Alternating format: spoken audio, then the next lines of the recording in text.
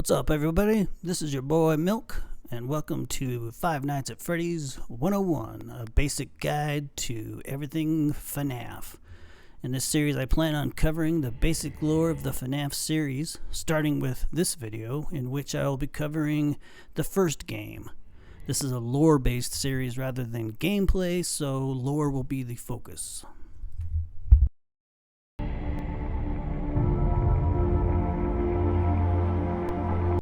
The game starts with a help wanted ad saying they are looking for a security guard to work the night shift from 12 to 6 a.m. and monitor the cameras and ensure the safety of the equipment and the animatronic characters, not your safety. Then they double down on this, saying that they are not responsible for injury/dismemberment. It goes on to say that the pay is $120 a week. This is important to the lore because it helps us put it on the timeline. These are 6-hour shifts, and if we assume that it's a 5-day-a-week gig, then they would be working 30 hours a week. This means they're making $4 an hour. The minimum wage was $4 an hour in the early 90s in Utah, where it is later revealed that the original restaurants were. Most theorists think that the game took place in 1993. I think the game was late 1992, as I will explain later in the video, but that's only a few months different. The game begins with a phone call.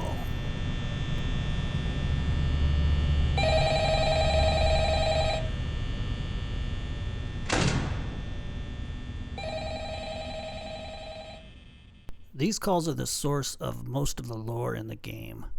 There is not a lot of lore in the first game, and it's because it was a small indie game, and I don't think that it was expected to be as big as it ended up becoming. Anyway, it's a long call, so I'm just going to paraphrase what he says and discuss the highlights. I'm going to put the entire text on the screen, but I'm not going to read it verbatim.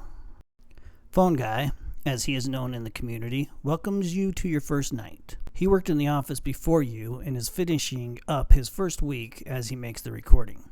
He reads a mandatory greeting from the company and says it's a legal thing. He says they are not responsible for injury or damage to a person. And in discovering that damage or death has occurred, a missing persons report will be filed within 90 days or as soon as property has been cleaned and bleached and carpets have been replaced. Blah, blah, blah. Now this is already concerning. They'll report an incident 3 months after it happened, or after they have cleaned up and covered up all the evidence. And then he says blah, blah, blah about it. Pretty nonchalant. He continues saying, I know that sounds bad, but don't worry, the animatronics are quirky at night. But can you blame them? They've been singing the same song for 20 years and never had a bath, implying that they've been around since the early 70s and also that they are disgusting. He says that they hold a special place for kids and they need to be respected. He says the animatronics wander around at night because they're in a free roaming mode. They used to be able to wander around during the day until the bite of 87. He says it's amazing that a human body can survive without a frontal lobe. He explains that as the night watchman, the animatronics might not recognize you as human and think you are an exoskeleton without a suit. But since the suit is not empty, this will result in discomfort and unaliving. It's almost like they saw this behavior and mimicked it. But I digress. He tells you to make sure you check the cameras, but avoid closing the doors as much as you can because you need to save power. Gameplay is relatively simple. You have to watch out for 4 animatronics in total. You have Bonnie the blue bunny that will always come to the left side of the screen. You have Chica that always comes from the right. You got Freddy himself, the leader of the group. Together, these 3 make up the main band, which are all on the main stage.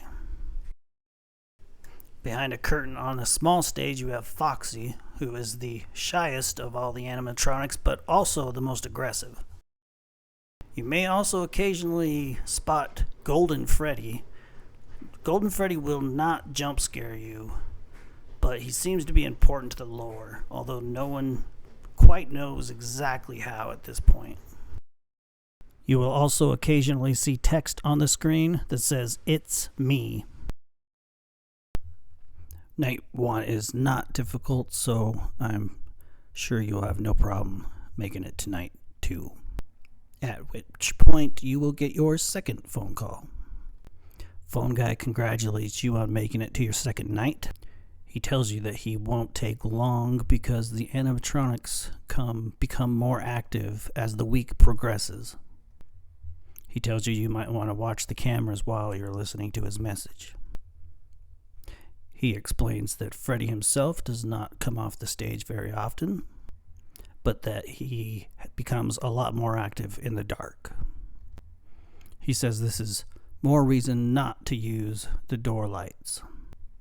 He wants to stress that the blind spots on the cameras are right outside of your doors. So if you can't spot something or someone on your camera, you might want to check your door lights because you only have a few seconds to react. Not that you would be in any danger, of course. He tells you to make sure to check the curtain at Pirate Cove from time to time.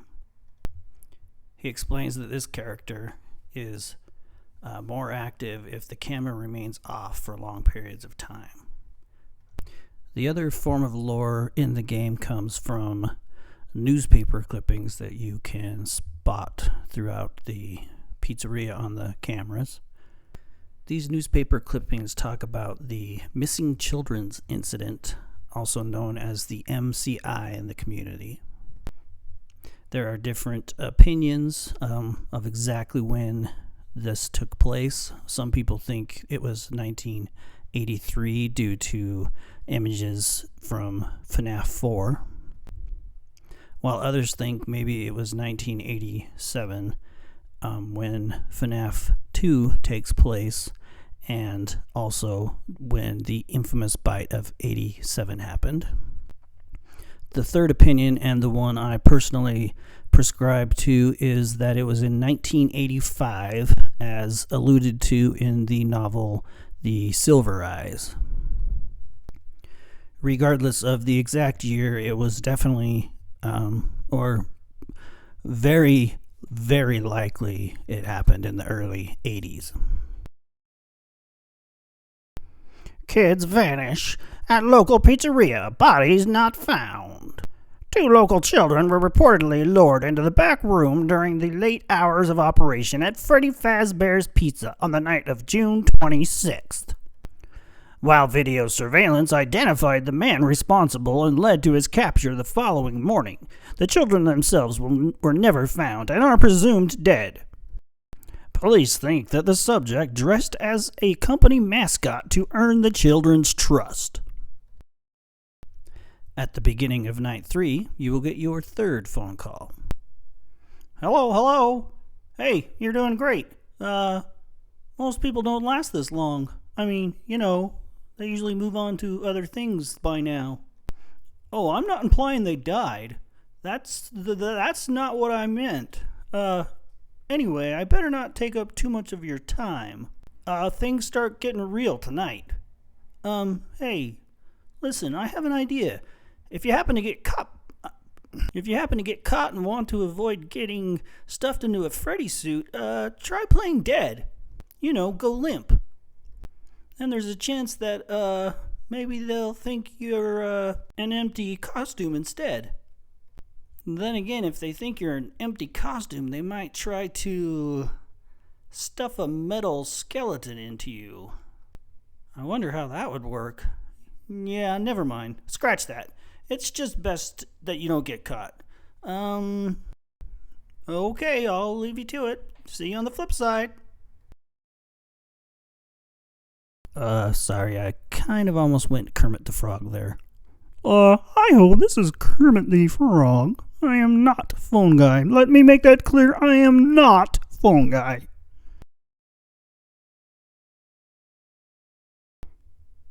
5 children are now linked to the incident at Freddy Fazbear's Pizza, where a man dressed as a cartoon mascot lured them into the back room. While the suspect has been charged, the bodies themselves were never found. Freddy Fazbear's Pizza has been fighting an uphill battle ever since to convince families to return to the pizzeria. It's a tragedy. At the beginning of night 4, obviously you get your 4th phone call. Hello? Hey, wow, day 4. I knew you could do it. Hey, listen. I may not be around to send you a message tomorrow. It's been a bad night here for me. I'm kind of glad I recorded this message for you. When I did. Hey, do me a favor? Maybe sometime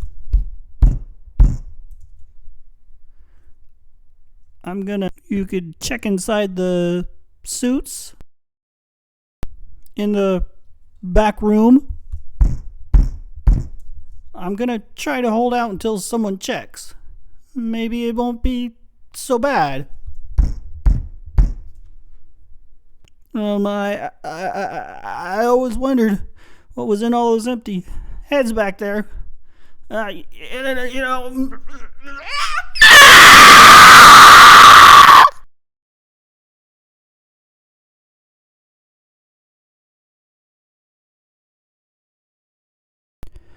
Now there are some other articles that are titled Local News rather than Missing Children.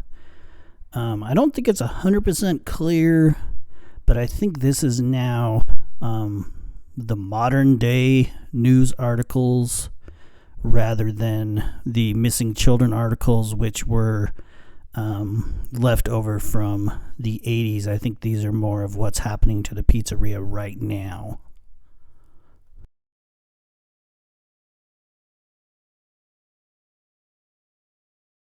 Or at least in the subsequent years leading up to the current events. Local news. Local pizzeria said to close by year's end. After a long struggle to stay in business after the tragedy that took place there many years ago, Freddy Fazbear's Pizza has announced that it will close by the year's end. Despite a year-long search for a buyer, companies seem unwilling to be associated with the company. These characters will live on in the hearts of the kids. These children will live on. CEO. Sorry, correction. These characters will live on. I don't think he knew just how true that statement would end up being. Local pizzeria Freddy Fazbear's Pizza has been threatened again with shutdowns by the health department over reports of foul odors coming from the much-loved animal mascots. Police were contacted when the parents reportedly noticed that what appeared to be blood and mucus around the eyes and mouths of the mascots. One parent likened them to the reanimated carcasses. Now, if you make it to night 5, obviously there is not another phone call. You will, however, get paid. Introducing Mike Schmidt. Now, I'm not going to go down the Mike rabbit hole in this video. I'll save that for another. What is important about this check to me and for the purposes of this video is the date, 11/13/XX. Now, as I said earlier in the video, a lot of people think that the game FNAF, that the first FNAF game took place in 1993. This may be possible, and there is good evidence for that. I personally think it was 1992 because of the 11/13. Now, presumably we started on a Monday, and this is the 5th day of the week, Friday. And also, Friday is generally payday. So that would make this Friday the 13th. Now, looking back at calendars Friday the 13th occurred in November in 1992. Friday the 13th also took place in 1987, the date known to be in the FNAF 2 lore. Lastly, in the novel The Silver Eyes, or maybe it's the Twisted Ones, doesn't really matter. I think it's the Silver Eyes. But it is revealed that Charlie was born on May 13th, 1980, Friday the 13th. So there's obviously some Friday the 13th connected with the FNAF series, which would make sense. And so for me, this is very compelling evidence that this game took place in 1992. Anyway, folks, that's actually pretty much it for the lore in FNAF 1. I hope you liked this video, and if so, maybe I'll make videos for every game and perhaps even the books. I could alternatively make videos about each character. I'm thinking about making videos starting next week, maybe every Friday. I'll call it FNAF Fridays. Hey, come to think of it, I was going off on Friday the 13th and how that's important to FNAF lore. And actually this month, October 13th, 2023, the year the FNAF movie is being released, there was a Friday the 13th, folks. Anyway, please like this video. It's very helpful to me. It's just a click for you, but very helpful for me and allows me to continue to make this kind of content. And please subscribe and click the notification bell. I will maybe see you on the flip side, folks. Bye-bye. Remember to keep smiling.